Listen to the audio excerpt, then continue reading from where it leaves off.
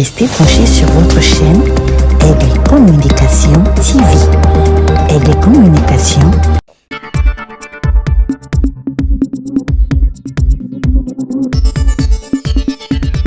Bonjour à tous et à toutes et bienvenue dans cette nouvelle édition d'information. Voici le sommaire. Reprise officielle des activités à la frontière de Goma-Gisenyi après plusieurs semaines de fermeture. Constant Mutamba annonce sa comparution à l'audience du 13 juillet et demande la retransmission en direct de son procès. Les C64 et plusieurs figures de l'opposition sont en consultation au Burundi avec le président Evariste Ndayishimiye. Tout pour le titre, le détail dans quelques instants. Restez branchés sur votre chaîne Aigle Communication TV.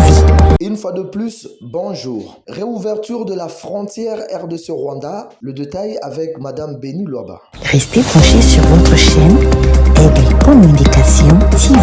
Après plusieurs semaines de fermeture, les activités ont officiellement repris au poste frontalier entre la République démocratique du Congo et le Rwanda. La frontière Goma-Gisenyi est redevenue opérationnelle depuis le 2 juillet 2026, permettant aux voyageurs, aux commerçants et aux transporteurs de reprendre progressivement leurs activités. Cette réouverture intervient après l'absence de nouveaux cas actifs d'Ebola dans la zone concernée. Les autorités congolaises et rwandaises ont toutefois maintenu un dispositif de contrôle sanitaire renforçant aux différents postes frontaliers afin de prévenir toute nouvelle propagation de la maladie. Cette reprise est accueillie avec soulagement par les populations locales dont les activités économiques dépendent fortement des échanges transfrontaliers. Restez branchés sur votre chaîne Aigle Communication TV. Le responsable du C64, accompagné de plusieurs figures de l'opposition congolaise, séjourne depuis samedi au Burundi. Il participe à des consultations avec le président burundais Evariste Ndayishimiye dans le cadre des initiatives diplomatiques visant à rechercher une solution durable à la crise sécuritaire qui secoue l'Est de la République démocratique du Congo. Ces consultations s'inscrivent dans les efforts régionaux destinés à favoriser le dialogue entre les différentes parties prenantes et à contribuer au retour de la paix dans les provinces affectées par les conflits armés. Restez branchés sur votre chaîne Aigle Communication TV. Après avoir brillé par son absence aux audiences des 5 et 19 mai dernier, l'ancien ministre de la Justice et garde-sceaux, Constant Mutamba, a annoncé qu'il comparaîtra finalement le 13 juillet prochain devant la juridiction compétente dans les dossiers du Frivao. Le détail avec Madame Béni Loaba. Restez branchés sur votre chaîne Aigle Communication TV.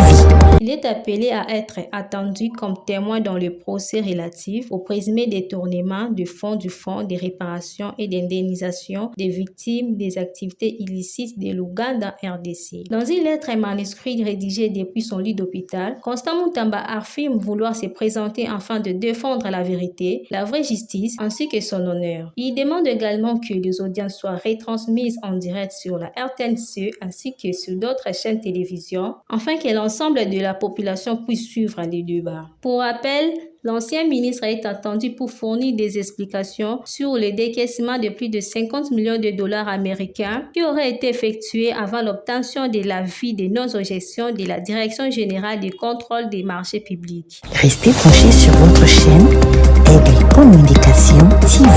À présent, parlons justice. Le procureur général près la Cour de cassation, Firmin Vondé, a réagi aux informations largement diffusées sur les réseaux sociaux faisant état d'une interdiction des sorties du territoire visant l'ancien inspecteur général de finances, Gilles Alinguetti, ainsi que plusieurs autres personnes. Dans un communiqué publié le 4 juillet 2026, le magistrat précise que cette mesure conservatoire avait été prise dans le cadre des enquêtes, mais qu'elle a été levée depuis plusieurs mois à la suite de l'évolution des investigations. Le parquet général souligne qu'à ce jour, aucune preuve n'a permis d'établir la culpabilité de personnes concernées, mettant ainsi fin aux spéculations alimentées ces derniers jours. Restez branchés sur votre chaîne Aigle Communication TV. À présent, parlons santé. La lutte contre l'épidémie d'Ebola enregistre une évolution encourageante. Les autorités sanitaires annoncent 250 guérisons dans les provinces du Nord Kivu, du Sud Kivu et de l'Ituri, les trois provinces les plus touchées par l'épidémie. Ces résultats sont attribués aux efforts conjoints des équipes médicales, de la surveillance épidémiologique et de la sensibilisation des populations. Les autorités sanitaires appellent néanmoins la population à maintenir le respect des mesures de prévention afin d'éviter toute résurgence de la maladie. Restez branchés sur votre chaîne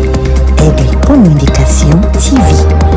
délégation de 48 médecins ougandais est arrivée le 5 juillet dans la province de l'Ituri, devenue l'épicentre de l'épidémie d'Ebola en République démocratique du Congo. La mission est conduite par le ministre ougandais de la Santé, témoignant de l'engagement des autorités de Kampala dans la lutte contre cette crise sanitaire. Cette équipe médicale s'inscrit dans le cadre de la réponse régionale coordonnée mise en place pour contenir la propagation du virus et renforcer les capacités de prise en charge de malades, de surveillance épidémiologique et de sensibilisation de population. Cette intervention intervient alors que les autorités congolaises font face à la souche Bundibugyo du virus Ebola, officiellement déclarée le 15 mai dernier. Contrairement aux précédentes épidémies, cette souche présente une difficulté supplémentaire. Aucun vaccin homologué n'est actuellement disponible, ce qui rend la riposte essentiellement basée sur la détection précoce de cas, l'isolement de malades, le suivi des contacts et le strict respect de mesures de prévention. Restez branchés sur votre chaîne Aigle Communication TV.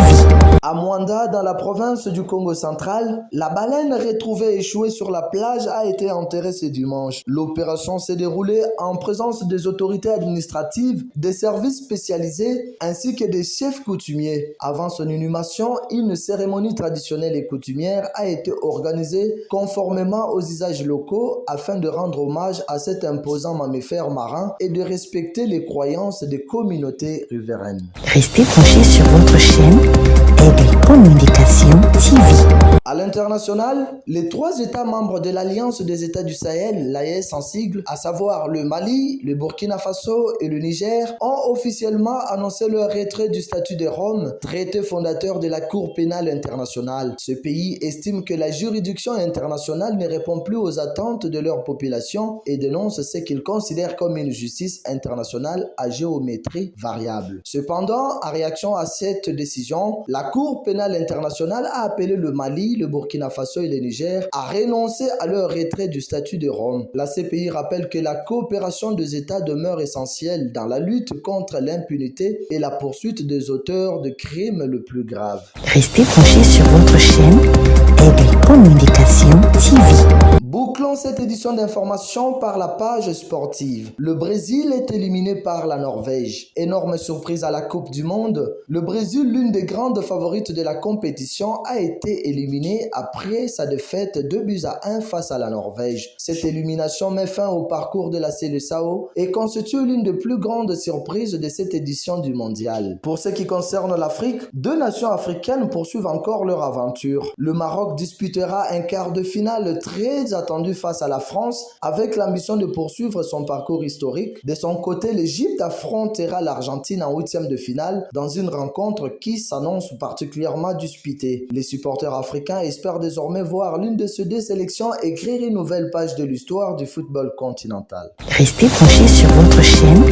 Aigle Communication TV. C'est la fin complète de cette édition d'information. Merci de votre fidélité et à très bientôt pour un nouveau journal d'information. Restez branchés sur votre chaîne Aigle Communication TV. Aigle Communication